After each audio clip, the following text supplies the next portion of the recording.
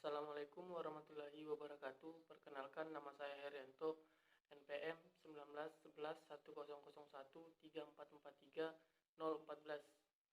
Saya berasal dari Universitas 17 Agustus 1945 Samarinda, Fakultas Ekonomi, Prodi Manajemen, kelas sore. Di sini saya akan membahas sedikit mengenai ekonomi internasional. Mungkin teman-teman semua sudah tidak asing lagi dengan kata ekonomi internasional. Jadi ekonomi internasional itu dapat diartikan sebagai sebuah kegiatan jual beli yang dilakukan oleh dua pihak yang berbeda negara. Sistem ini melibatkan antara negara, pihak individu, dan perusahaan yang melakukan perdagangan dengan pihak negara lain. Adapun faktor-faktor yang mempengaruhi perdagangan internasional. Yang pertama, penguasaan ilmu, pengetahuan, dan teknologi. Yang kedua, perbedaan kekayaan sumber daya alam. Yang ketiga, perbedaan selera. Yang keempat, perbedaan iklim. Dan yang kelima, keinginan memperluas pasar dan menambah keuntungan. Dan yang keenam, kelebihan atau kekurangan produk dalam suatu negara. Adapun model perdagangan internasional diantaranya: 1. Model Ricardian memfokuskan pada kelebihan komparatif dan mungkin merupakan konsep paling dasar dalam teori perdagangan internasional. Dalam sebuah model Ricardian, negara mengkhususkan dalam memproduksi apa yang mereka paling baik produksi, tidak seperti model lainnya.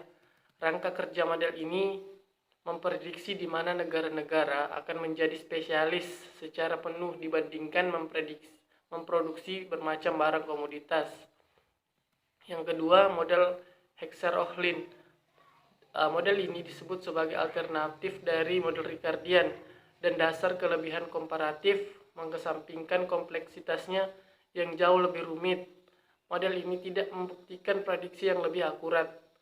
Teori ini berpendapat bahwa pola dari perdagangan internasional ditentukan oleh perbedaan dalam faktor pendukung. Model ini memperkirakan kalau negara-negara akan mengekspor barang yang membuat pengguna intensif dari faktor pemenuh kebutuhan dan akan mengimpor barang yang akan menggunakan faktor yang langka secara intensif. Yang ketiga, model gravitasi. Model gravitasi ini menyajikan sebuah analisa yang lebih empiris dari pola perdagangan dibandingkan model yang lebih teoritis. Model gravitasi pada bentuk dasarnya menerka perdagangan berdasarkan jarak antara negara dan interaksi antara negara dalam ukuran ekonominya. Adapun tujuan perdagangan internasional, yang pertama, menaikkan devisa negara. Apabila kita dapat menaikkan devisa negara, maka imbas darinya adalah pertumbuhan ekonomi. Pertumbuhan ekonomi ini ialah kenaikan produk nasional bruto, pendapatan dalam satu negara, mempengaruhi stabilitas harga barang yang diekspor. Stabilitas harga di sini adalah mempertahankan harga yang dilakukan oleh pemerintah ketika laju inflasi mulai tinggi. Inflasi adalah peningkatan persediaan uang sehingga menyebabkan kenaikan harga. Eksistensi tenaga kerja ini sangat diperlukan karena mereka adalah pelaku yang meluncurkan segala tindakan yang saling berkesinambungan. Yang kedua, memenuhi kebutuhan yang ada di negeri lain. Yang ketiga, memperoleh keuntungan internal dan eksternal. Keuntungan internal adalah keuntungan yang dimiliki oleh perusahaan itu sendiri, misalnya keuntungan melalui banyaknya pesanan dari negara lain yang dapat meningkatkan ekspor perusahaan. Keuntungan eksternal dalam hal ini, keuntungan eksternal yaitu keuntungan spesialisasi. Keuntungan akibat fungsi dan mempertinggi keefisienan penggunaan faktor-faktor produksi. Yang keempat, memperluas pasar. Yang kelima, transfer teknologi modern.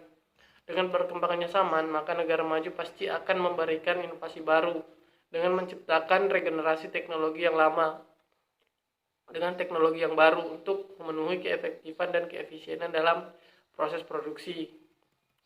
Adapun manfaat ekonomi internasional, yang pertama, banyaknya ketersediaan lapangan pekerjaan. Yang kedua, untuk memenuhi kebutuhan terhadap barang dan jasa. Yang ketiga, harga barang dan jasa akan lebih murah. Yang keempat, menambah sumber pendapatan negara.